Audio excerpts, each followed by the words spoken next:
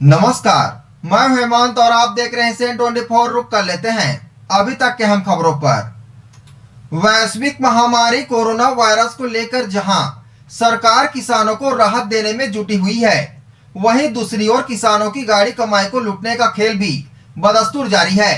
रबी season में उत्पादन किए धान की बिक्री में भी किसान काटेमारी का शिकार हो रहे हैं। ऐसा ही मामला महासमुंद जिले के बसना से आई है, जहां के विनायक राइस मिल के धर्मकाटा में किसानों के धान तौल के दौरान काटेमारी किए जाने की बात कही जा रही है। वैश्विक महामारी कोरोना वायरस को लेकर के जहां सरकार किसानों को राहत देने में जुटी हुई है, वहीं दूसरी ओर किसानों की गाड़ी कमाई को लूटने का खेल भी बदस्तूर जारी है।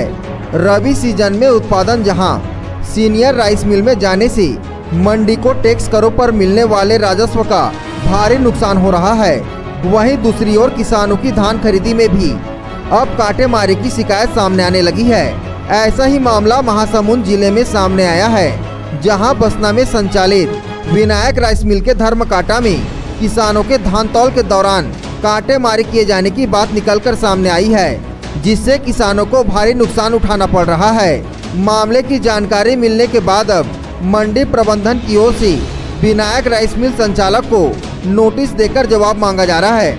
हम आपको बता दें कि रबी सीजन में बेहतरीन धान का उत्पादन किसानों के द्वारा किया गया है, जिसे बेचने के लिए किसान सीधे राइस मिल पहुंच रहे हैं और औने पौने दाम पर ही राइस मिल द्वारा किसानों का धान खरीदा जा रहा है। समर्थन मूल्य से काफी मात्रा में धान की खरीदी होने के बाद भी ऊपर से किसानों के धान के तौल के दौरान काटेमारी की जा रही है।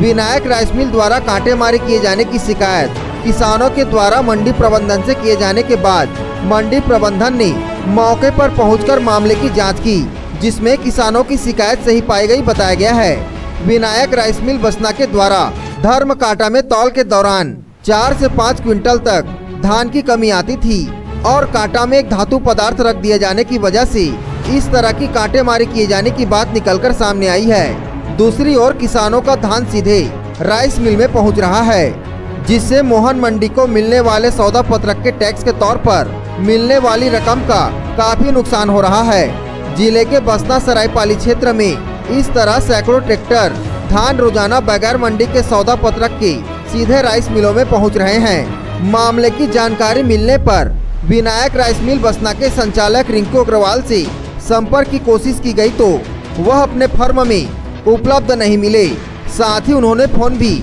रिसीव नहीं किया। इधर विनायक राइस मिल द्वारा की जा रही काटेमारी को लेकर के बसना मंडी निरीक्षक वाहिद दयाला ने बताया कि किसानों के माध्यम से जानकारी मिलने के बाद संबंधित राइस मिल की जांच की गई।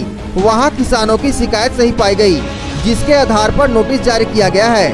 नोटिस का जवाब मिलने के बाद आगे की कार्यवाही की जाएगी।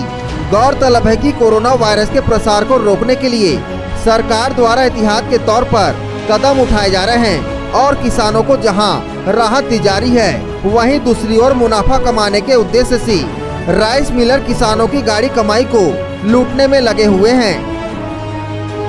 बुधवार की घटना है और लगभग 10-11 बजे के आसपास मेरे को कुछ पत्रकारों का फोन आया कि यहाँ पर काटा मार की यानी कार्यक्रम चल रहा है और उसमें स्केल पे पट्टी लगा के ये लोग काटा मार रहे हैं।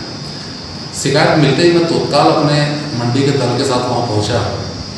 करीब 100 किसान थे वहाँ पर और 3-4 पत्रकार भी थे।